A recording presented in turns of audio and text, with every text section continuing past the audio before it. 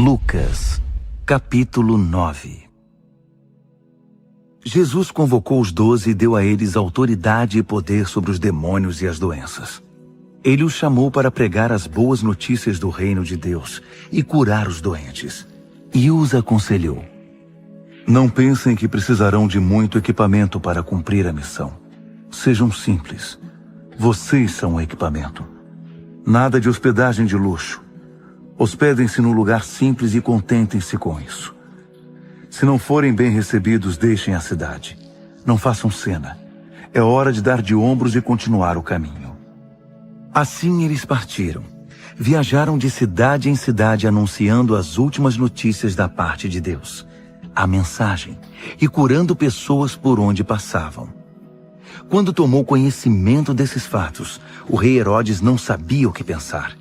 Alguns diziam que João havia voltado dos mortos, outros que Elias estava de volta, outros ainda que algum profeta dos tempos antigos havia reaparecido. Herodes estava confuso.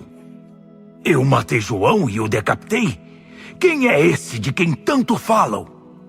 Curioso, procurava uma oportunidade para ver Jesus em ação. Os apóstolos voltaram e deram um relatório do que fizeram. Jesus levou-os para outro lugar, perto da cidade de Betsaida, mas o povo descobriu e foi logo atrás deles. Jesus recebeu todos com bondade, ensinou-lhes mais algumas coisas a respeito do reino de Deus e curou os que precisavam de cura. Estava quase anoitecendo e os 12 disseram a Jesus: estamos no meio do nada. Despede a multidão para que eles possam ir às fazendas e às cidades ao redor, procurar um lugar para dormir e algo para comer. Vocês vão dar comida a eles, Jesus disse. Eles reagiram. Tudo o que temos são 5 pães e 2 peixes, a não ser que tenhamos de ir à cidade comprar pão para toda essa gente. Havia mais de 5.000 pessoas ali. Jesus insistiu e orientou seus discípulos. Mandem que se assentem em grupos de 50. Eles obedeceram, e logo todos estavam acomodados. Ele tomou os 5 pães e os 2 peixes, olhou para o céu, orou, abençoou o pão, partiu e entregou-o aos discípulos, junto com o peixe, para que fosse distribuído à multidão. Depois que todos comeram até ficar satisfeitos, foram recolhidos 12 cestos de sobras. Certa vez, Jesus estava orando e seus discípulos estavam por perto. Ele perguntou: o que o povo anda dizendo a meu respeito? Eles responderam: João o Batista. Outros dizem que és Elias. Outros ainda dizem que um dos profetas do tempo antigo reapareceu. Ele insistiu: e vocês? O que dizem de mim? Quem sou eu? Pedro respondeu: o Messias de Deus. Jesus pediu segredo a respeito disso. Eles não deveriam repetir para ninguém a declaração de Pedro. E acrescentou: o Filho do Homem terá de passar por sofrimento. Ele será julgado e condenado pelos líderes judaicos, líderes religiosos e principais sacerdotes. Ele será morto, mas ressuscitará no 3º dia. Falou também do que os aguardava. Quem quiser seguir-me tem de aceitar minha liderança. Quem está na garupa não pega na rédea. Eu estou no comando. Não fujam do sofrimento. Abracem-no. Sigam-me e mostrarei a vocês como agir. Autoajuda não é ajuda de jeito nenhum. O autossacrifício é o caminho, o meu caminho, para que vocês descubram sua verdadeira identidade. Qual é a vantagem de conquistar tudo o que se deseja, mas perder a si mesmo? Se algum de vocês tiver vergonha de mim e do caminho pelo qual os conduzo, o Filho do Homem irá envergonhar-se de vocês quando voltar em sua glória com o Pai e os santos anjos. Entendam que não é pouca coisa. Alguns de vocês aqui verão tudo isto acontecer. Verão o reino de Deus com os próprios olhos. Cerca de 8 dias depois, Jesus subiu a um monte para orar e levou consigo Pedro, João e Tiago. Enquanto orava, a aparência de seu rosto mudou e suas roupas ficaram brancas a ponto de ofuscar a vista. 2 homens apareceram para conversar com ele. Eram Moisés e Elias. Que aparição gloriosa! Eles falavam a respeito da partida de Jesus para Jerusalém. Enquanto isso, Pedro e os demais haviam caído no sono. Quando acordaram esfregando os olhos, viram Jesus em sua glória com Moisés e Elias. Depois que Moisés e Elias se retiraram, Pedro disse a Jesus: Senhor, este é o momento sublime.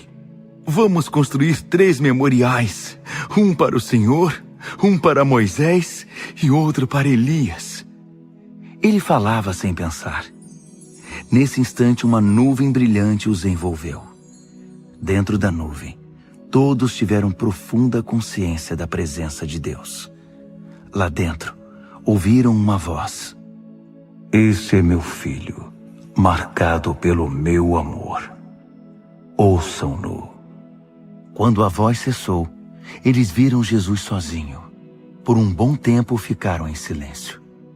Nem mesmo entre si comentaram o que tinham visto. No dia seguinte, quando desceram um monte, uma grande multidão os aguardava.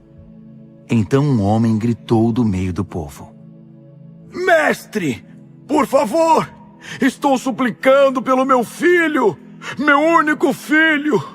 Um espírito costuma se apoderar dele. Ele começa a gritar, tem convulsões, fica babando e perde a cor. Pedi aos teus discípulos que o libertassem, mas não puderam. Jesus suspirou. Mas que geração! Vocês não conhecem Deus? Até quando vou ter de aguentar esse tipo de coisa? Quantas vezes ainda vou ter de passar por isso? Traga seu filho aqui. Enquanto o menino era trazido, o demônio derrubou-o ao chão com fortes convulsões.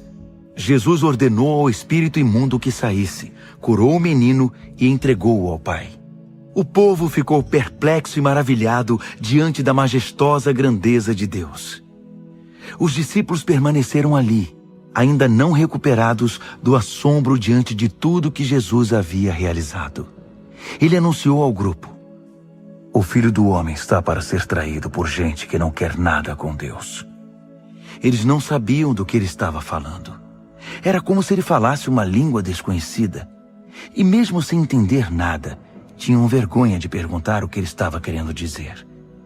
Começaram então a discutir sobre quem deles era o maior. Quando Jesus percebeu a importância que davam a isso, pôs uma criança ao seu lado e declarou: Quem recebe uma dessas crianças como eu estou fazendo, também me recebe. E quem me recebe está recebendo aquele que me enviou. Vocês se tornam grandes pelo que aceitam, não pela opinião que conseguem impor. É o espírito de vocês, não a grandeza, que faz diferença. Então João disse a Jesus: Mestre, vimos um homem usando o teu nome para expulsar demônios e o impedimos, porque ele não é do nosso grupo. Jesus reprovou-os: Não o impeçam. Se ele não é inimigo, é aliado. A hora de sua ascensão se aproximava. Numa atitude corajosa, Jesus decidiu ir para Jerusalém e enviou alguns mensageiros a uma cidade samaritana, a fim de fazer preparativos para a viagem.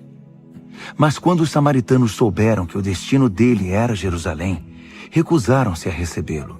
Quando ficaram sabendo disso, Tiago e João disseram: Mestre, o senhor quer que invoquemos um raio do céu para acabar com eles? Jesus os repreendeu: Claro que não. Foram então para outra cidade. No caminho, alguém pediu permissão para acompanhar Jesus. Com o Senhor, irei para qualquer lugar.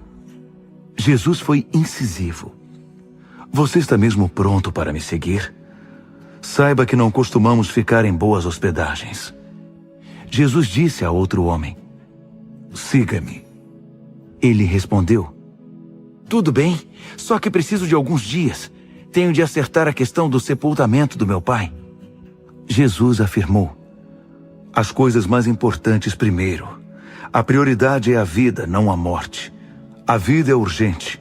Anuncie o reino de Deus. Outro declarou: Estou pronto para seguir o Senhor, mestre, mas antes preciso acertar as coisas lá em casa. Jesus reagiu. Sem adiamentos. Nada de olhar para trás.